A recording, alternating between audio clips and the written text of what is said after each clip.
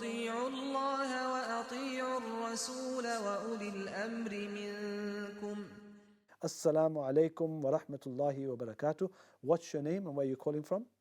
Wa alaikum salam, brother. My name is Malik. I'm from London. Malik, all the callers are from London today, mashallah. Yes, brother Malik, yes. How are you, brother? You okay? Alhamdulillah, alhamdulillah.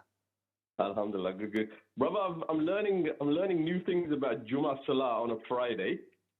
And I've been told that when you go to Jummah, you go to the masjid, you do your two nafil for the masjid. You sit down and there is no sunnah before the khutbah.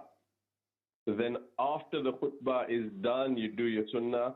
There is no dua together with the imam. You do your individual dua, and there is no wiping of the face. Now this goes against what I've learned when I was growing up. So I'd like to hear your opinion on this way of doing it. Okay. So, thank you. Jazakallah. Jazakallah, Brother Malik from London, for this beautiful question about Jummah Salah. So, we have difference of opinion within our deen, and this difference of opinion has been around since the time of the companions of the Prophet ﷺ.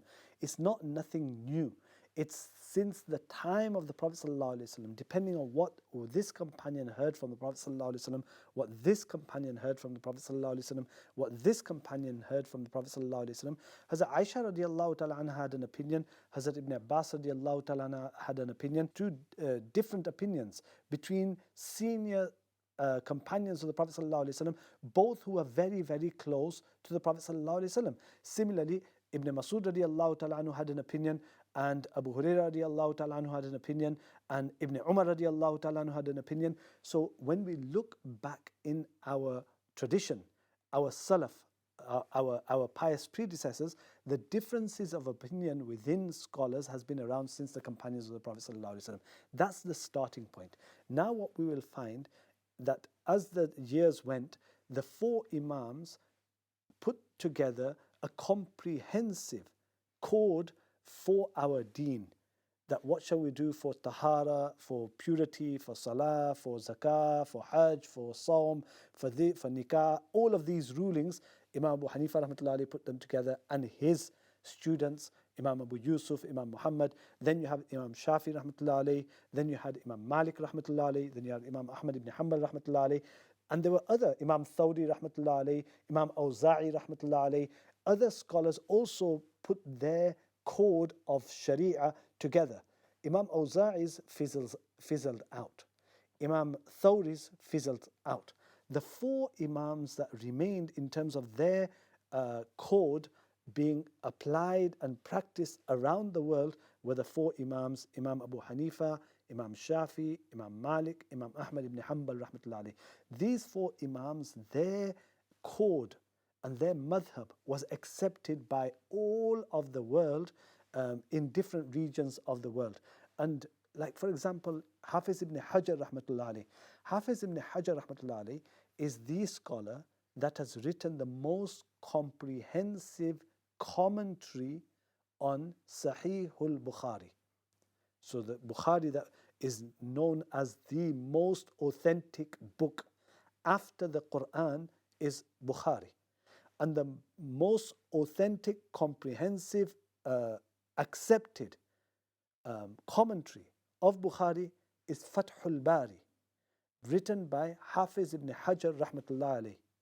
Hafiz ibn Hajar was such a proficient and amazing scholar that his commentary of Sahih al-Bukhari is the most accepted. So he knew Bukhari back to front, front to back, upside down.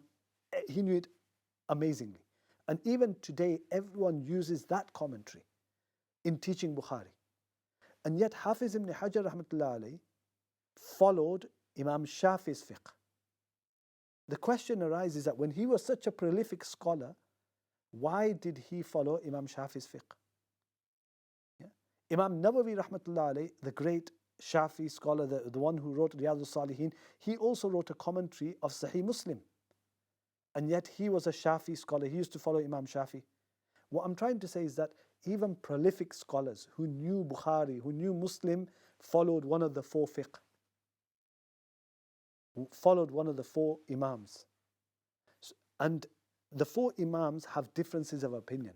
So now, Brother Malik, I come to your question, Malik, that some scholars say that when you come in the masjid at the time of Jummah, you read Tahiyyatul Masjid, and then there's no sunnah before Salatul Jummah.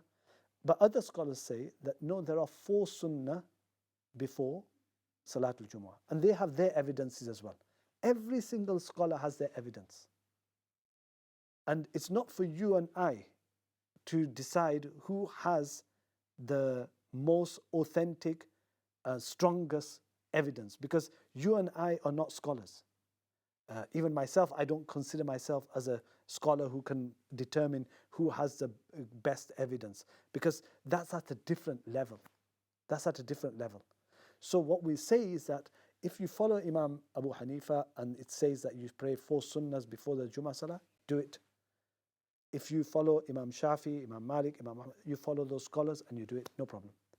And then after the Salah, if they make dua together, you can join. And if you feel that you don't need to join, it's fine.